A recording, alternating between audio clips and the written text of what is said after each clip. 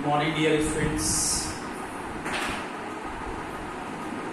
चलिए हम लोग स्टडी करते हैं और एक न्यू चैप्टर स्टार्ट करते हैं।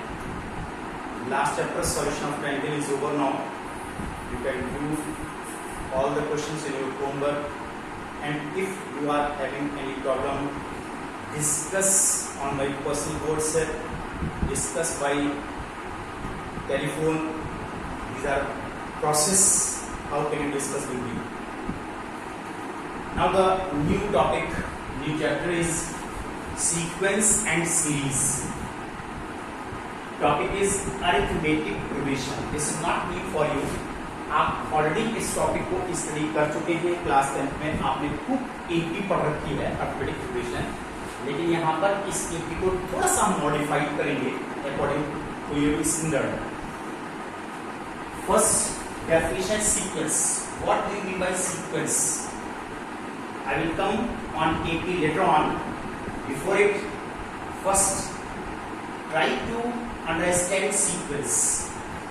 ए सक्सेशन ऑफ नंबर्स, नंबर्स का सक्सेशन होना चाहिए, एक फिक्स पैटर्न में नंबर आना चाहिए, arranged in a definite order, एक डेफिनिट ऑर्डर में नंबर आना चाहिए, according by a certain given rule, और उन सभी नंबर में एक सर्टेन गिवन रूल हो, एक फिक्स पैटर्न आना चाहिए, इस कॉल्ड ए सीक्वेंस। इसको आप सीक्वेंस कहते हैं। Domain of the sequence is the set of natural number. अब ये डोमेन वर्ड आपके लिए नया लग रहा होगा, ये आपने स्टार्टिंग वेरी बिगिनिंग से सेट रिलेशन फंक्शंस को स्टडी नहीं किया है, therefore you are not understanding domain.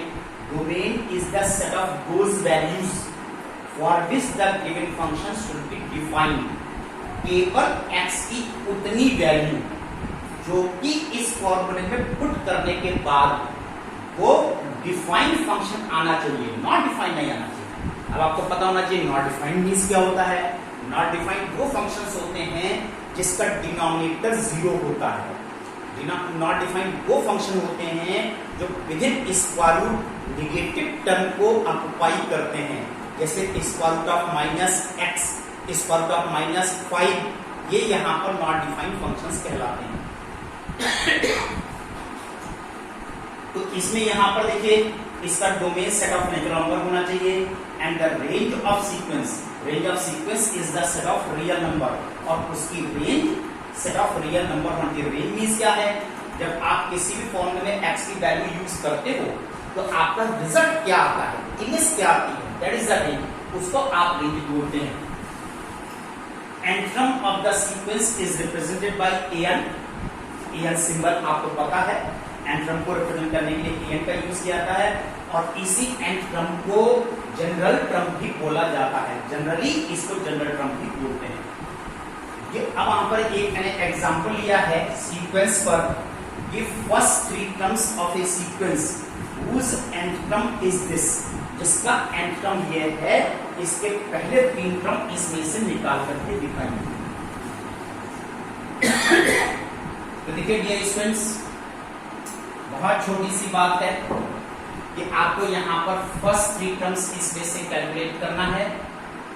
That is in place of n use 1 square plus 1, this is 1 a2 2 square plus 1, that is 2/5।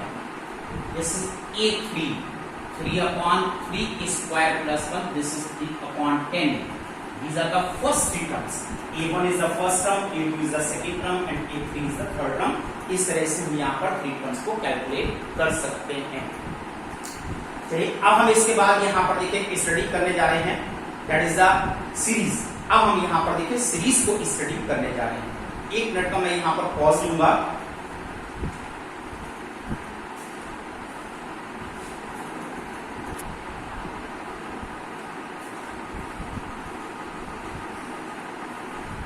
अब मैं आपको डिस्क्राइब करता हूं यहां पर सीरीज।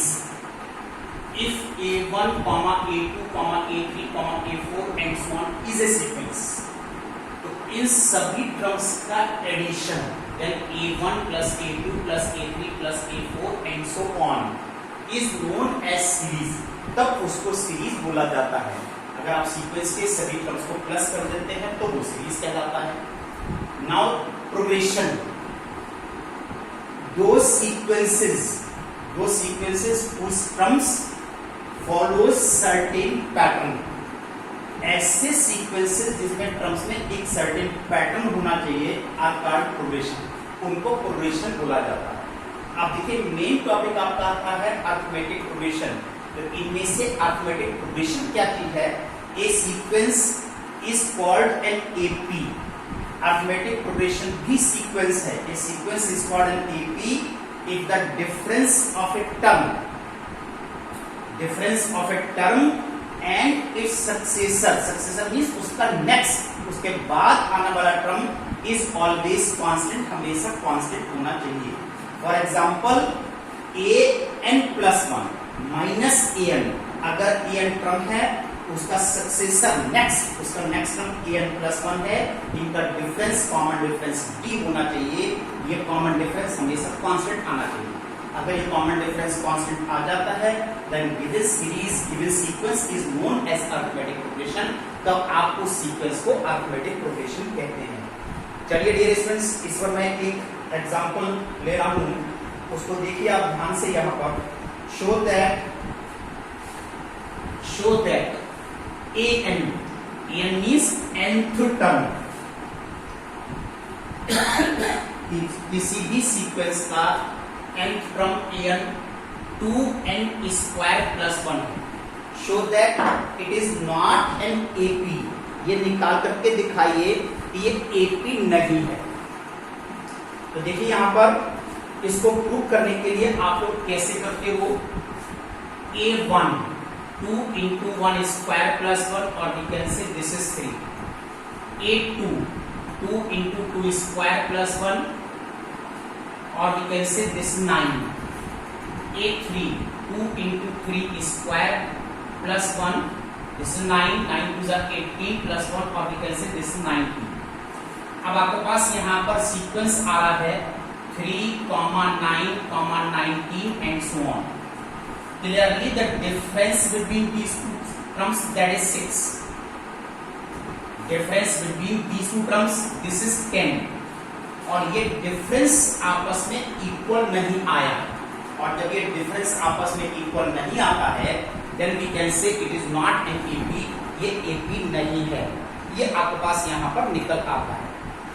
चलिए एक और क्वेश्चन लेता हूं, एपी पर बेस्ड। अब मैं आपको एपी के क्वेश्चन कराऊंगा, एपी पर रिलेटेड क्वेश्चन कराऊंगा। How many terms are in this AP? अब आपको एपी गिवन है 7, 13, 19 एंड सो ऑन 205।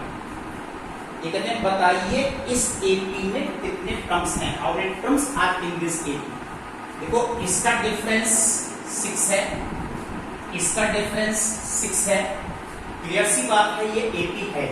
और अगर ये एपी है तो इस एपी में हाउ मेनी टर्म्स, कितने टर्म्स हैं? देखिए this is the last term. यहां पर आप लोग इसको जनरल टर्म,